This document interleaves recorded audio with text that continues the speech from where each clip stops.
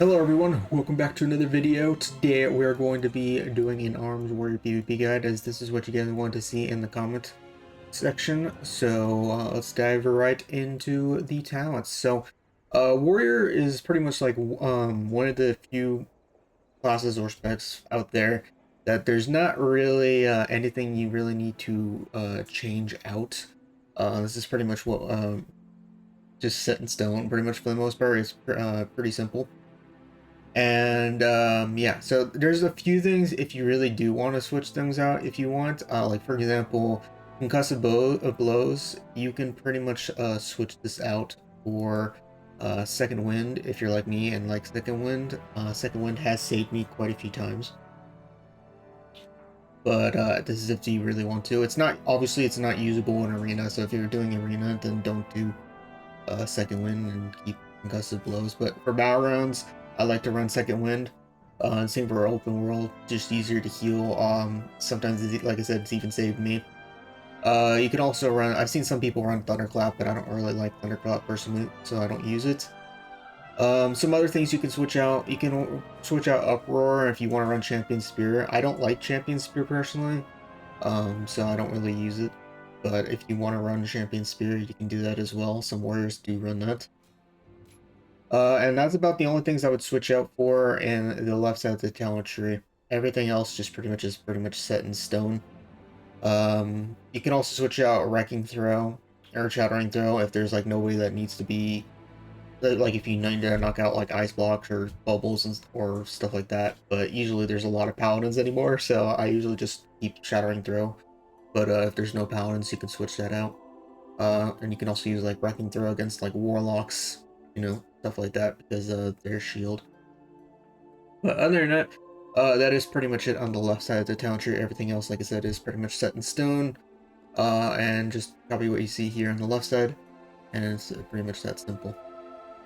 For the right side of the talent tree, pretty much the exact same thing. There's not really anything to change here. Just copy the right side of the talent tree.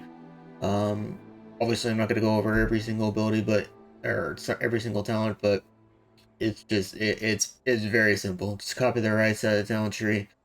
Very short and sweet. I was last time I went over the talents. A lot of people weren't happy about it, so I'm not going to do that this time. So obviously, everybody can see the talents in game for themselves, and people weren't happy with me reading the talents last time. So, but just copy the right side of the talent tree. There's nothing you really need to switch out here. There's absolutely zero talents you need to switch out here. So just make sure you copy the right side of the talent tree. Similar to the Slayer talent tree, not much to it. There's very few talents you need to pick. Just pick the ones that are right here. Just copy and paste it. I know this is like kind of like, you know, just copy what you see, but like I said, Warrior, compared to a lot of classes I play, there's really not much you need to switch out at all. Like the only talents you would want to like if you want to switch out would be on the left side of the talent tree. Everything else is just like boom, you're done. Very simple. For PvP talents, let me turn this off so it's easier for you guys to see real quick. PvP talents. These ones you can switch out if necessary. I always usually lock in Battlefield Commander, so you'll get all these stuff. Piercing Howl increased. Battle Shout gives you stamina. Berserker Shout increased range. Pivoting Shout reduced.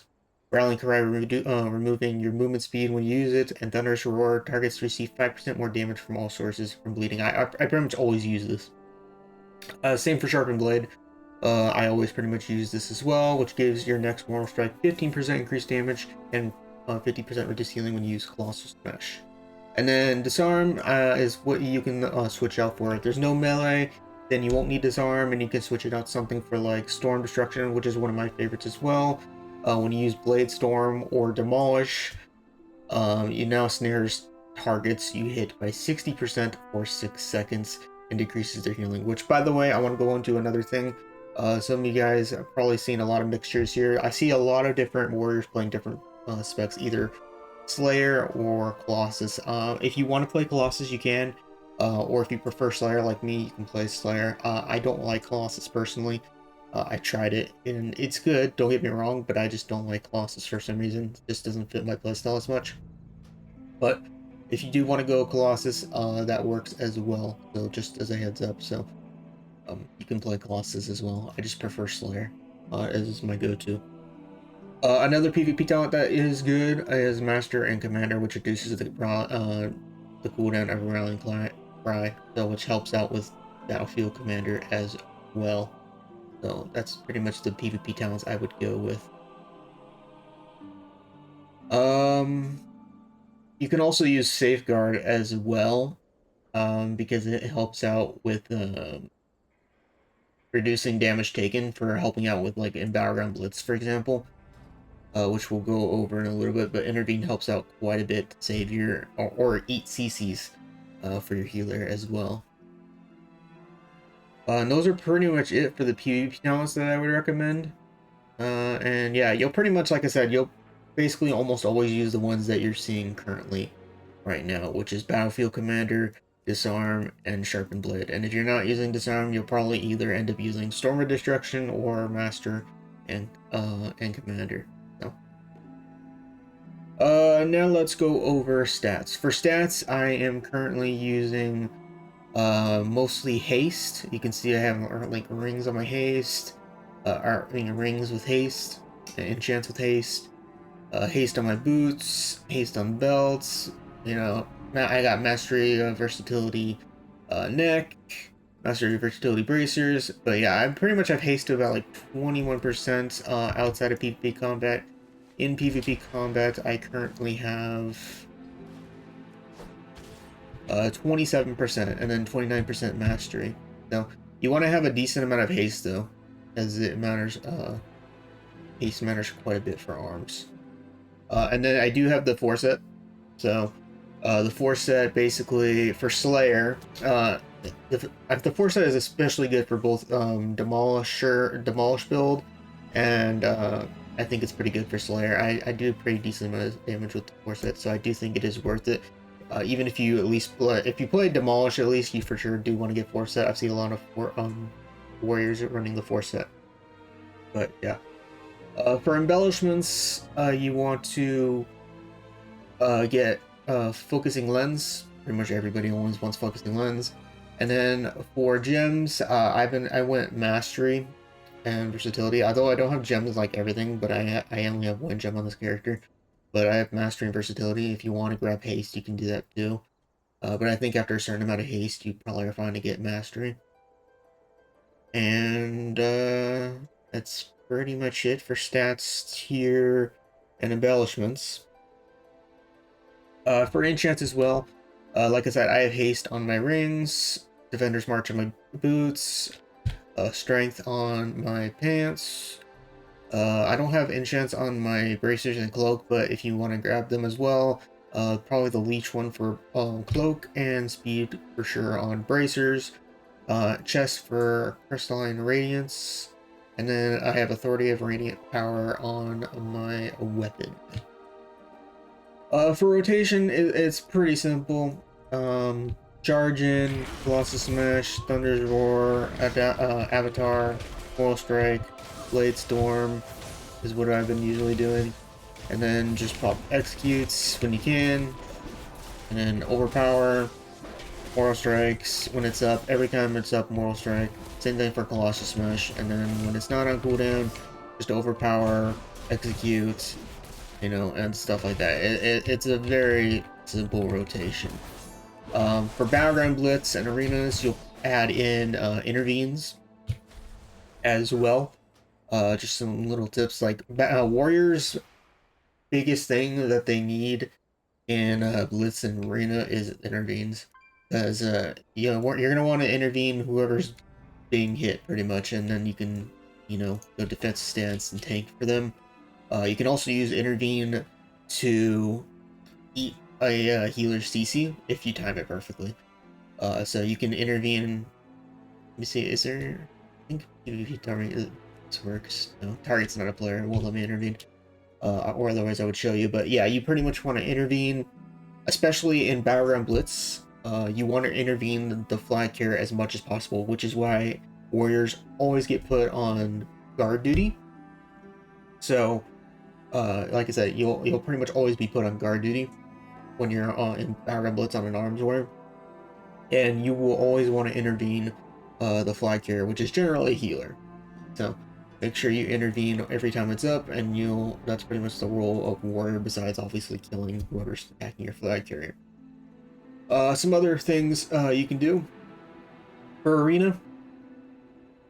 I'm not too particularly amazing at myself, but I have done it a lot of times as well. If you can try and eat hunter traps, which everybody usually does, even if they're not a warrior anyways. You want to try to eat like hunter traps, or you can like spell reflect it back at the hunter, for example. That's some other things you can do. Anything else I'm missing? Sometimes you can just you can try and blade storm when somebody's trying to CC you. I've done that lots of times, just as another tip.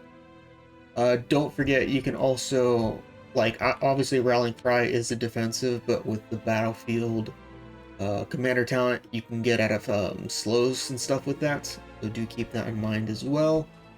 So in case you are low and you're slow trying to reach a target, you can Rallying Cry, get out of the slow, and head to the target, because, you know, fighting a warrior is generally pretty easy. Just speaking from experience of also playing my other characters, you can just kite a warrior.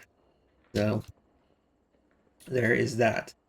And then those are pretty much it for warrior, other than just, like I said, keeping up your rotation, which is just, you know, Colossus Smash when it's up, Avatar when it's up, Thunder's Roar when it's up, Royal Strike every time off cooldown, and, you know, Blade Storms and all that stuff. So you can't get CC'd and, you know, all that fun stuff. Do big AoE bleed damage. Otherwise, spam executes, overpower, and Moral Strike every time it is off cooldown. And that is pretty much it. So, for defensives, just be very careful, as warrior, in my opinion, is very squishy. At least it feels that way to me sometimes. Go defensive stance when you need it. Make sure you use Die by the Sword early as much as possible. Don't just wait towards the end. In my opinion, like, don't wait at like 20%. Just, if you have to use it, use it. Make sure you use Ignore Pain a lot as well, as another defensive. Other than that, that's basically it for warrior. It's pretty simple, pretty easy. Like I said, there's just not much to it. I mean, it's not much talents to switch around. Rotation is pretty simple. You know, and then use intervene on healers when you can, flag carriers when you can, if you're doing blitz and all that stuff. For arena, use it on whoever's getting hit, you know, pretty much, if necessary, or you can just use it on a healer to eat the CC, you know, that too. I don't think there's anything else I missed. Macros. There's my burst macro, which is Avatar, and then if you're whatever race you're playing, you can add that in as well. I'm playing Magar, so I have Ancestral Call. If you're doing Battlegrounds, you can add All Water Potions. If you're playing Spear, shows Champion Spear, Cursor Champion Spear. Very simple cursor macro. So, and that should be it, guys. If you have any more questions, let me know, and I will see you guys for the next video. Peace.